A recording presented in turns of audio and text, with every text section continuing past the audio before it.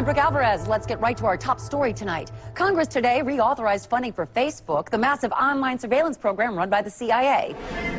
According to Department of Homeland Security reports, Facebook has replaced almost every other CIA information gathering program since it was launched in 2004.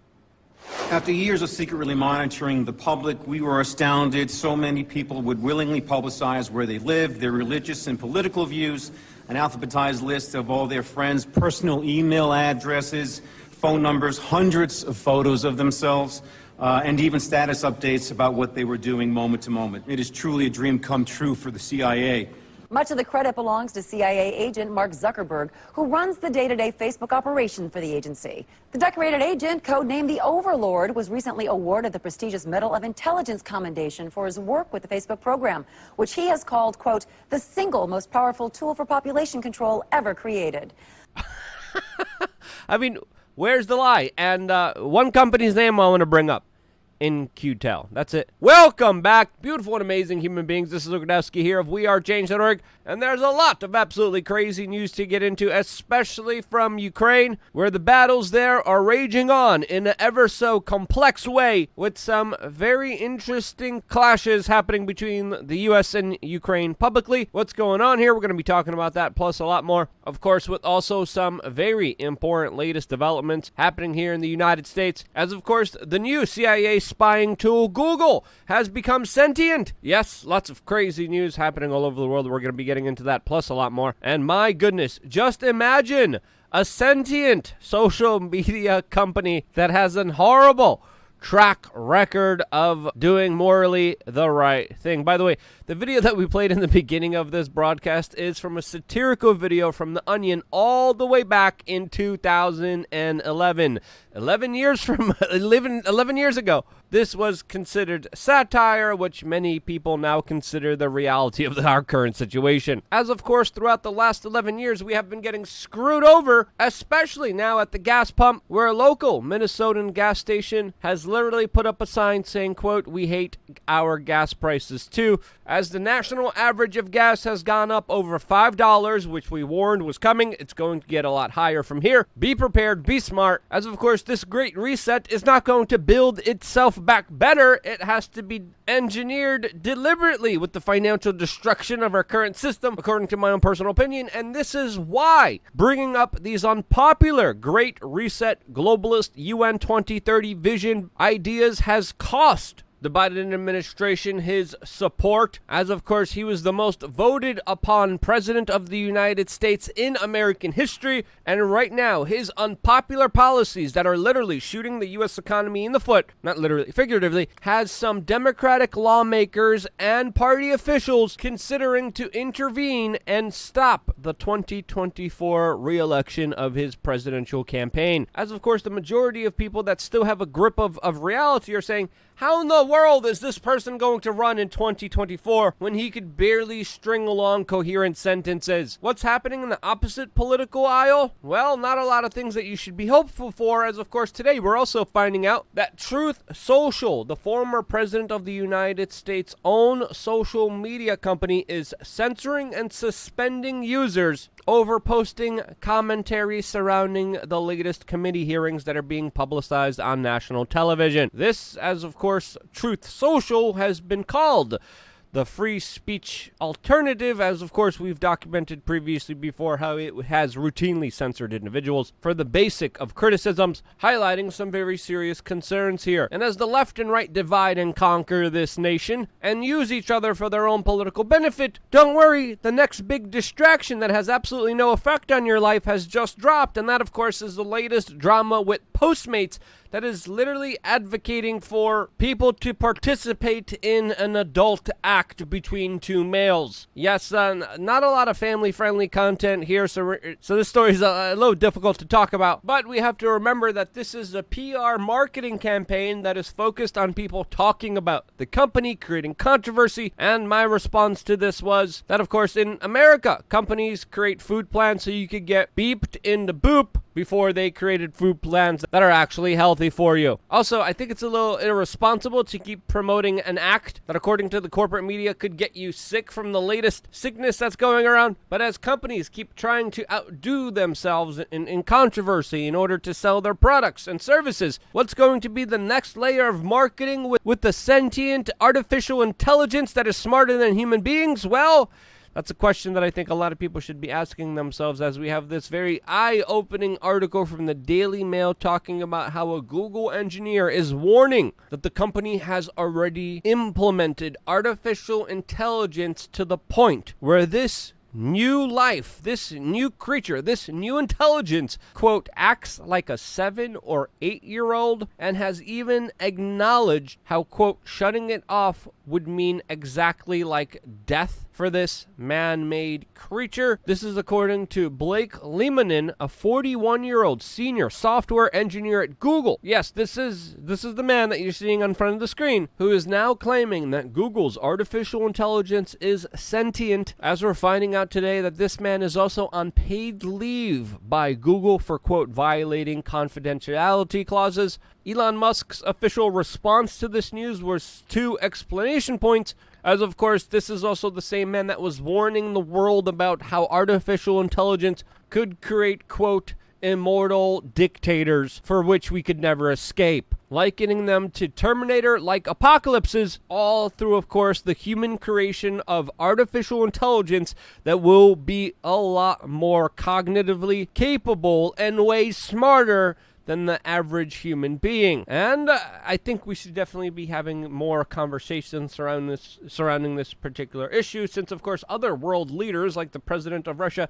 have even likened the development of artificial intelligence to, of course, the next nuclear weapon. And I think before we allow Google, Amazon, Elon Musk, and these other technocrats from developing such technology, Facebook as well, is working on this, that we should at least sit back and say, hey, let's talk about what could go wrong here. But of course, none of that is happening. But hey, maybe the artificial intelligence will be able to find out what happened in Texas, where just moments ago we got another confusing, bewildering statement from the local police officers there that were part of a major incident that everyone was talking about. An incident that, of course, many politicians are going to be using to try to disarm you. And now we're finding out that the police chief in this incident, quote, didn't know that he was in charge and deliberately took off his 2 police radios. What?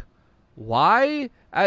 This all, of course, as he was waiting an hour plus, as some of the worst horrible atrocities were happening that he was supposed to be protecting and serving people from. Again, the whole story in Texas just doesn't add up, especially from the police's own statements surrounding this matter. And I'm sorry, I don't trust these individuals for my own personal defense and my own personal safety. I think it's best that during these very trying, turbulent times, that people being able to have their rights, have the ability to protect themselves is key. And that's why I use this t-shirt that you're seeing on screen right now to represent the idea, which you can as well on thebestpoliticalshirts.com, our official merchandise store that has a lot of extremely eye-opening, interesting, thought-provoking merchandise that you can only exclusively get on thebestpoliticalshirts.com. We add usually a new shirt every single week. This is a great way to start a conversation. This is a great way to meet like-minded individuals in your communities, at the supermarket, in your neighborhoods. This is one of the fastest ways you could see if someone is a like-minded individual, by just simply having a t-shirt like the one that I'm wearing right now that I routinely receive high fives for wearing.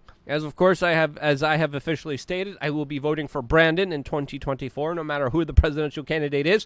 And I think if we all write in that particular vote, the world would be a better place. That's just my opinion. Again, even if you're bored, just scrolling through some of these t-shirts would be very entertaining. We have a lot of very expressive ideas, and even a way, if you bought these t-shirts, to post your picture and be part of the larger growing community on thebestpoliticalshirts.com. If you bought a shirt and you want to highlight yourself on our website, you can just by sending an email to, of course, info@wearechange.org. You guys got any questions, feel free to ask us. We literally now have a team of people communicating with you guys, especially with the people on lukeuncensored.com, where there's also exclusive t-shirts that you can't get on our main site at a reduced cost. So don't forget to reach out, especially if you have any questions or concerns. Again, the best place that you could go to do your part in the larger activism is, of course, thebestpoliticalshirts.com. Hope to see you guys there after this broadcast. Click the link down in the description right now. Now, I think it's very fair to say that the situation in Ukraine is very important, and I think the longer we go on, the more important it becomes for the rest of the world. We're going to be documenting this in just a little bit, but very interestingly, when it comes to the corporate media's coverage, it seems to be waning, even though the situation is becoming more important for everyone, as of course it looks like the media establishment has jumped on to the next thing to support, forgetting of course the chaos and craziness and intertangledness of this larger foreign policy conundrum when it comes to the proxy war that's happening right now between the United States and Russia. And that's why it's very interesting today to see what one of the top articles on the Daily Mail being that people in Ukraine are going to the local waterways to sunbathe, as if they're trying to kind of assume something, of course representing scenes that the Daily Mail called unimaginable weeks ago, as of course Russia was previously launching an assault on that particular city. This, as even admittedly many Ukrainians are saying that they fear